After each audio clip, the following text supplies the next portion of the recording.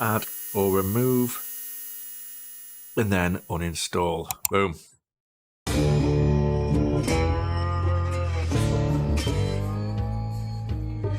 Hi guys, welcome back to the channel. In this one, we're going to be talking R6 Extraction. Now, I'm going to put some footage up and then talk over it. However, I do want to apologise for the quality. OBS struggled, and GeForce Now struggled to record this.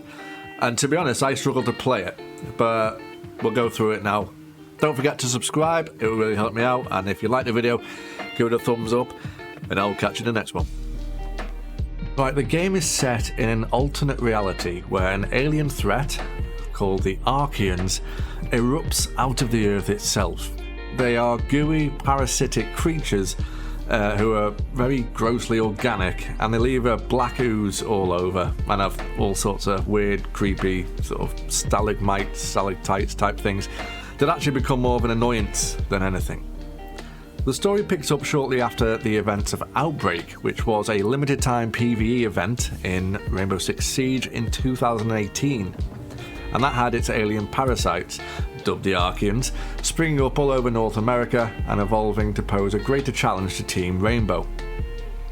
In this game, you start on Liberty Island in New York City and travel to West San Francisco, North Alaska, and finally south to Mexico.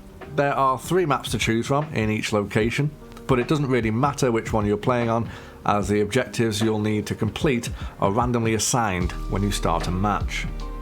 Each excursion offers 3 objectives, selected at random, and while they get increasingly more difficult as you progress, the rewards for getting through all 3 missions are all the greater. Complete 2 and don't think you'll be able to pull off the 3rd? Then maybe you best evacuate. Better to secure the XP spoils of 2 of the 3 objectives than chance your luck, mess it up, and lose all your XP and potentially your operator.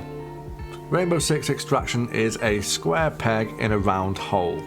It shares most of its gameplay and mechanics with one of the last decade's best multiplayer games, which is Rainbow Six Siege, which is a fantastic game, or it was. All of Extraction's playable characters come straight from R6's roster, with similar loadouts and slight minor changes to each of their gadgets. It also has Rainbow Six Siege's Destructible Environments, so you can destroy most walls back to the studs, and with the right gadgets or enough rounds, obviously get through them. Extraction for me should have been a paid DLC as an add-on to the Siege franchise. This isn't really what I see as a fully priced, fleshed out game. It's repetitive, samey, and can get boring really fucking quickly. The sci-fi narrative that this fully paid game, by the way, is actually just an advance on what Siege already started, as I said before, in 2018, with its limited time PvE event Outbreak, which I'm assuming is where this idea stemmed from, but it's hardly worth your 30 or 40 bucks. It's on Game Pass, so if you want to try it out, then go ahead, but personally, in my humble opinion, I wouldn't buy this game. Ubisoft have kind of lost where they're going with where they used to be. After 10 or so hours of repeating the same objectives across different maps, you'll gain access to Extraction's 2 endgame modes, Wall to Wall and Maelstrom Protocol. Disappointingly, these are basically longer, more challenging versions of the core mission game.